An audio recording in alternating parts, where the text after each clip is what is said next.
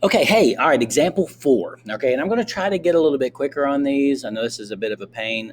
We'll talk about it in class, what's best for you guys. All right, now we've got airport departures. All right, traffic pattern of departing flights at Orlando International Airport on a fall afternoon can be modeled by this. Okay, so this is the number of um flights that are leaving. Okay, so we've got V of t equals 92 minus 15 sine t over 3, where V of t is measured in vehicles, all right, planes, and t is measured in minutes, all right, so it would be like vehicles per minute, okay? All right, now, so the first thing it says, find V of t when t is 18. Okay, well, now, we got to be careful about this. If you go to mode, all right, make sure that you're in radian mode. There's going to be very few times, if at all, we're going to be in degrees in this class. So make sure, usually I say, hey, everything down the left-hand side, if that's highlighted, you're typically in good shape on your calculator. All right, so we're going to need this. Let's get rid of the old one. We're going to need this graph because I can see that here, and we're going to need some values over here. So let's go ahead and get this into our calculator. All right, so I've got 92 minus 15 sine, and a parentheses is started for me. I'm using x as my variable, divided by 3. Okay. Now, there's a bunch of ways we could evaluate that. I mean, we could have just plugged it in, that kind of thing. We could use the function notation, whatever. I'll do the function notation. I mean, we could go to the graph. I mean, there's a bunch of different ways, but I'll go ahead and do the function notation since that's what we're going to use in a minute. So back to variables, y variables. Oops, wrong button. Y variables to the right, function, yes, yes. Y of 1, and it's said at 18, right? At 18. Okay, there we are. So, yeah, I know that's odd because we're talking about the number of vehicles, okay? But we'll just go ahead and round it to 3 decimal places, all right? Even though that doesn't make sense in context of the problem. All right, so 96.191 vehicles. Okay, planes, vehicles. Okay, all right. So then it says make a sketch of the graph, time versus number of vehicles. Make sure your graph has a scale. Okay. Well, let's take a look. All right. So if I graph right now, I guarantee it's going to be a mess. We're not going to be able to see a thing. I had no idea what was going on that. Now, here's what I do know. I do know this. If I set my window, I see that my x values, my t values, go from 0 to 30. So let's make that happen first. All right. So we're going to go from 0 to 30 on. I said x. Sorry, on my x values, 0 to 30. There we go. All right. And then if I go graph now, at least my x values are correct. Okay. But I can't see anything. And so if you notice, if you remember from your trig, at the very beginning of this, the sine 0 is 0. So it looks like I'm going to be 92 is the highest, and then I'm going to be subtracting some stuff. Okay. So let's do this. Go to the window, and this is just kind of trial and error a little bit. I like my x's. I like that they're by ones. That's fine. But let's have this go to 100.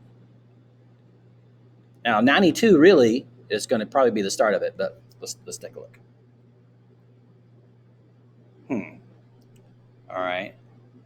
There we go. So we did, as I said, we subtracted a little bit, but then it went back up. It's a trig function, so they do that. So nice try, but let's make it a little bit higher. Let's go 130, and just see if I like that instead. I do. It did say a sketch. All right. So and it said make sure your graph has a scale. All right. Sure, we'll do that. All right. I'm just going to draw completely on this one, and let's get some color. Ooh, we'll do this. Yeah. All right. So here we go. What did I say? 130.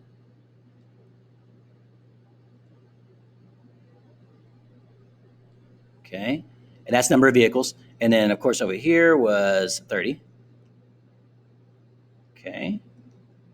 Awesome. And we know it started at 92. That is a fact. Okay. So 92 is the y-intercept in this case. So what do you say about right in here, I guess?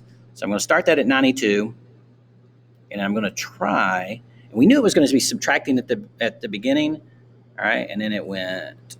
It's it didn't go all the way up to 130.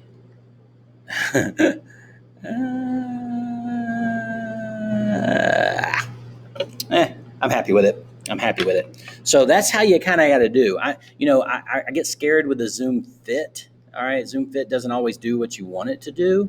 All right, Zoom Trig. There's all these different Zooms. Zooms kind of scare me. Okay, so because they don't always behave the way you think they should.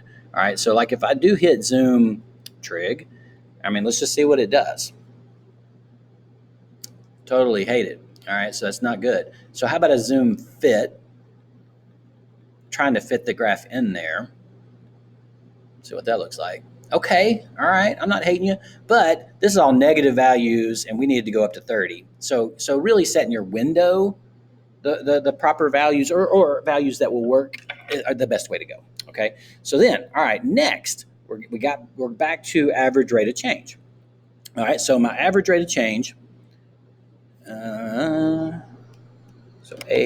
AROC is going to equal, and we'll just have the calculator do it. So I'm going back to my pretty fractions. So I'm going alpha F1, get me a pretty fraction. And then again, I'm going variables. Man, I probably could bring up stuff from the past, but we'll do it fresh. All right. If you still have that stuff from previous, you could probably hit entry a couple of times and bring it back. You could. But I'll start fresh. All right, so Y1, and we're going to 20. I got to read. We're going from 15 to 20. So 20 is the end of the interval. So that's what we subtract from to find how far we went. And then back to variables, Y variables, function, Y1, and 15. Okay, and on the bottom, it's 5. It's 20 minus 15, right? So there we go. Oh, negative. Okay, so I'm going to go 3 decimal places on this one. All right, so from 20 to 15, all right, so from 20 to 15, sorry, 15 to 20, oh man, yeah, that looks about right because it looks like it's going downhill there. So that makes sense that the average rate of change, that secant line, would have a negative slope. All right, so negative 3.999, and this is vehicles, that's about it, right? Per, what are we talking about, minutes? Yeah.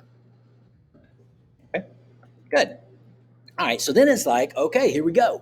Find out what's happening exactly at 18. Well, again, I believe it's going to be a negative value because if that were 15, then this thing's going down at 18. But what would it be? I mean, I don't know. We can't tell. So let's do this. So second entry. All right, I'm back on this again. So if you got it, you know how to do this. That's awesome. But I do want to use the function notation on this because it's pretty sweet. So let's see, 18. It's typing. Second insert 0.1. Awesome. And then that needs to be an 18. And then of course the bottom of the difference between the two is 0.1. Okay. So there we go. All right. I'm gonna go. So negative, again, I thought it would be 8.23. All right, vehicles per minute. Awesome. All right, and then getting a little bit closer to 18, we got to change these. So I'm getting a 0 there, and then insert a 1. I like the rest of that just fine. And then here, we need to insert a 0 because the difference between 18.01 and 18 is 0.01. All right. Ooh, okay. Move that over a little bit. All right, so here we go. Negative 4.803 vehicles per minute. All right, awesome. Let's go one more time. Second entry. All right, don't like those. So let's go. I'll try to be a little bit more careful this time. We need three decimal places, right? So that needs to go and be replaced with a 0, 1. I like the 18 because that's where we're starting. And then right here, I need to insert another 0. True? Yeah. because the difference between the x values here or the times would be 0.001. All right, so what you got? All right, it looks like we're definitely heading towards something. So negative 4.801 vehicles per minute. Okay. And there we go. So then it says find an estimate. Okay, well, I believe the estimate, it looks like it's heading to, I'm going to say 4.8, right? That makes sense. Like, because that was negative 4.8. Seems to be what we're heading towards. Okay. Later on, we'll be able to find out exactly. That's kind of the point of this class. But for right now, that seems like a great per minute. All right. We want to say more about that? Yeah.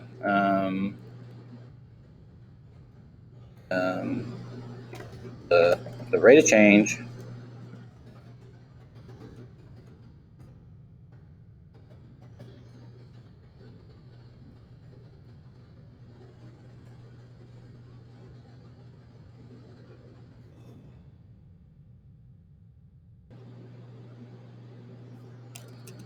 of planes, I mean, it says vehicles, leaving airport is about, there we are. Okay, and it says, why can't the instantaneous rate of change and the departure be with respect to time be calculated using the method in part D? Oh, because if you try it, your calculator is going to say, what the heck are you talking about? Because if you try to put 18s, oh, this is bad. This is worse than dividing by zero. This is a mess. We'll talk about this in class. This is a total mess. And your calculator is going to say, what are you doing to me? All right. Where there's no change at all. So I'm just making everything 18. If you try it, it's going to go, what? All right. Divide by zero. It's worse than that. And we'll talk about why it's worse than that later on. Okay. All right. So because division by zero possible. I mean, how many times does zero go into anything? As many times as you want. That's ridiculous. But it's worse than that when it's 0 over 0. Okay. And so I'm going to make a little note. This is called indeterminate numerical, indeterminate form. So it's actually worse than that. If you want to think about 0 over 0 for a moment, that will blow your mind because there's a lot of stuff going on. Okay, we're done. Lesson 1 done. Hopefully, I'll get a little bit quicker as we go. Hopefully cutting down the lag on all this stuff. Okay, good job. Here's the homework you're going to be doing in class tomorrow. All right, make sure that these notes are uploaded to Canvas before our class starts on Monday. We're getting started. All right, guys. Good job. Bye.